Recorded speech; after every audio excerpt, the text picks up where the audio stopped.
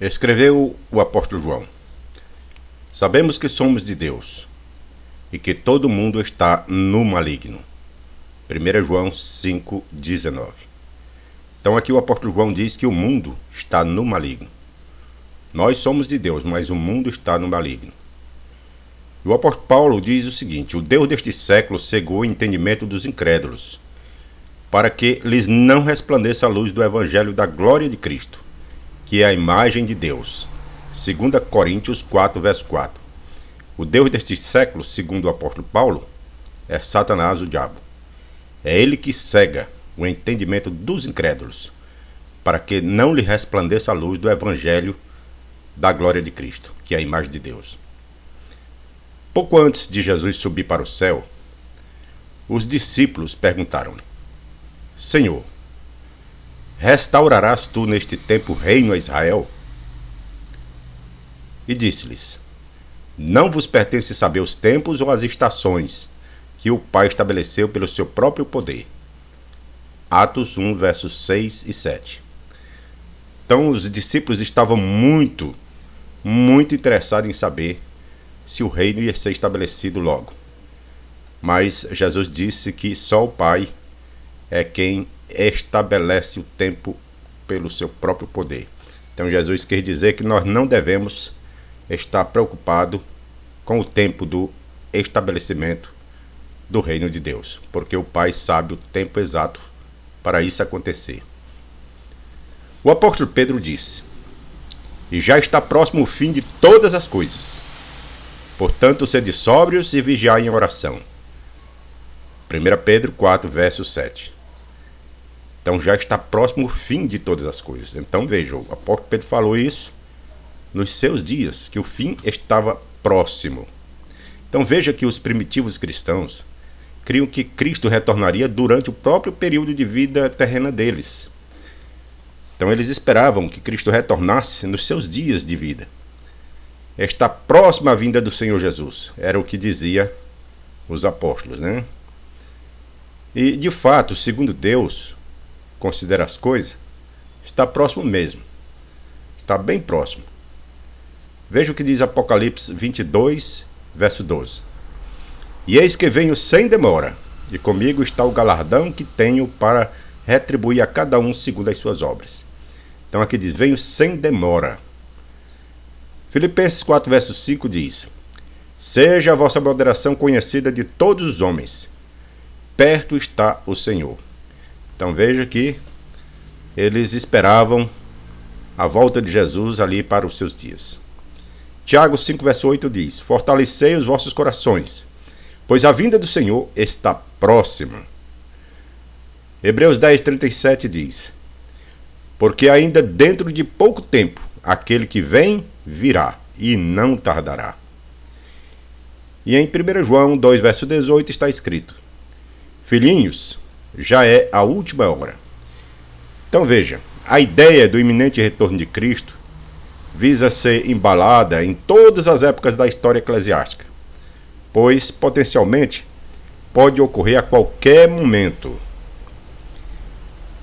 É ensinamento exposto por vários autores do Novo Testamento como motivo para uma vida santa.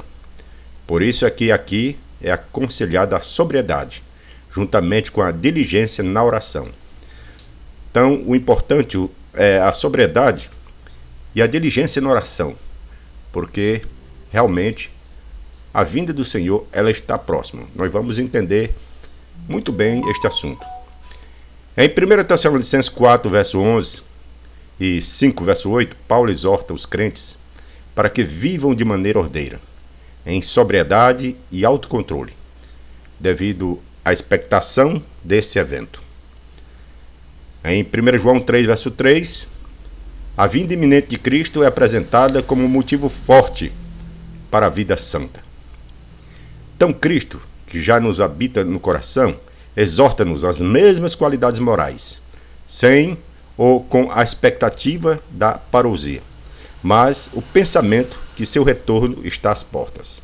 Quando o crente realmente crê nisso, é uma poderosíssima influência na vida do crente. O fim está sempre próximo, no que concerne à nossa vida mortal. porquanto todos somos mortais, que não podem contar com o dia de amanhã. Por conseguinte, devemos viver como se nos restasse bem pouco tempo. O salmista diz: ensina-nos a contar os nossos dias, para que alcancemos corações sábios. Salmo 90, verso 12. Os cristãos da igreja primitiva esperavam que Jesus voltasse no tempo deles. O fato de isso não ter acontecido não invalida as promessas do Senhor. Qualquer que seja a interpretação dessas escrituras proféticas, todos devem viver na expectativa. Então veja bem, essa expectativa da volta de Jesus, ela sempre levou os cristãos a estar sempre atentos. Agora muitos foram além e passaram a marcar datas. Houve vários que marcaram datas, mas essas datas que foram marcadas, todas elas falharam. Houve quem marcasse para o ano 1000, para depois disso, e principalmente no século XIX e XX, apareceram muitos marcando datas para a volta de Cristo e o fim do mundo. E nada aconteceu. Agora é importante notar o que Pedro diz. Mas, amados, não ignoreis uma coisa, que um dia para o Senhor é como 1000 anos, e 1000 anos como um dia. 2 de Pedro 3, verso 8.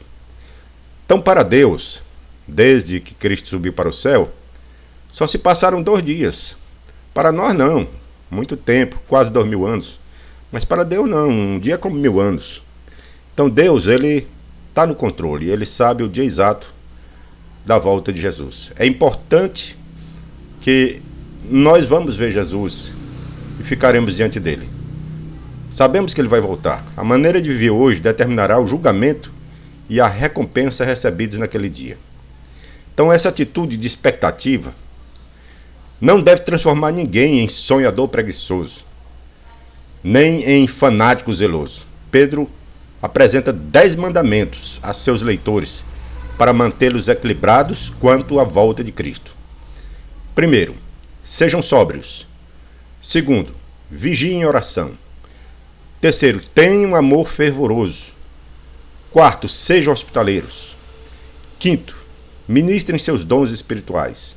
Sexto, não estranhem. Sétimo, regozijem-se. Oitavo, não se envergonhem. Nono, glorifiquem a Deus. E 10º, entregue-se a Deus. A história sagrada está sumariada em Cristo. Ele é a revelação final de Deus. É o ponto final na vida humana. Cada nova geração precisa aprender isso.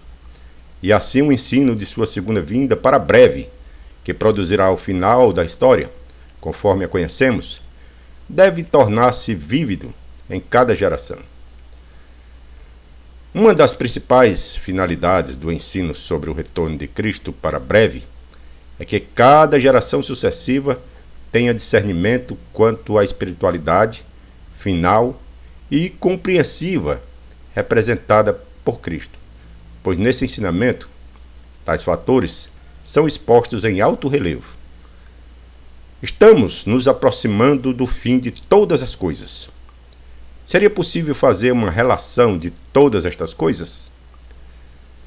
Embora não se saiba bem o que Pedro tinha em mente, quando qualquer um de nós pode elaborar uma lista de coisas que vão desaparecer com a volta do Senhor Jesus Cristo.